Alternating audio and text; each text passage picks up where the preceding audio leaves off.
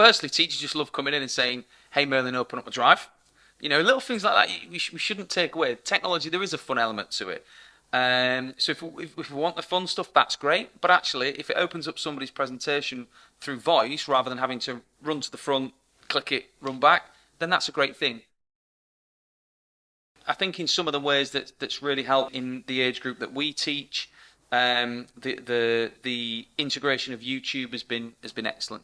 Quite often in the middle of a session, you might want to visit a video, you might want to put up something really pertinent that you're going to phrase your big questions around, and just having that ability to watch that, set your question, create some discussions while you're with your group, as opposed to having to run back, pause and unpause, is fantastic. And also, once the discussions come in, to be able to say, "Hey Merlyn, rewind 30 seconds, rewatch that point, and then create the discussions." We've found that one's been really useful. At our college, we also integrate with other applications. So yes, it's great for Google, and we are a Google college. So the fact it just plays your slides, the fact that you can just move through your slides, go back to slide 2 if you want to revisit something, that's all really useful. So I don't want to underplay that, because that has been great. The integration with Google, but we also use other aspects such as Nearpod, for example. So to be able to literally open up another tab with your Nearpod and go to that seamlessly, that's also worked really well. Yeah, we've had people in there again who maybe in their industry they don't use much technology, and it's the same for both, whether they're more advanced or whether they're sort of maybe less experienced with technology. It works exactly the same, because you're asking it to coordinate, aren't you, ideally?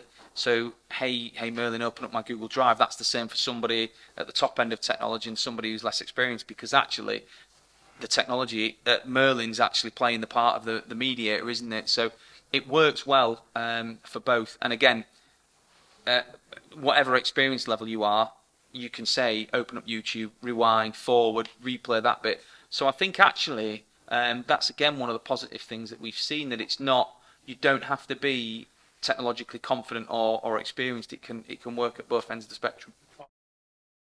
I'm really interested in the research behind these aspects, and I think Merlyn stands out because it's the only artificial intelligence that we're saying, again, we're not replacing, we're actually going to help you. We might save you 5-6 minutes per hour and a half that you teach, but that 5-6 minutes that you save adds up over a week, adds up over a month, etc., etc.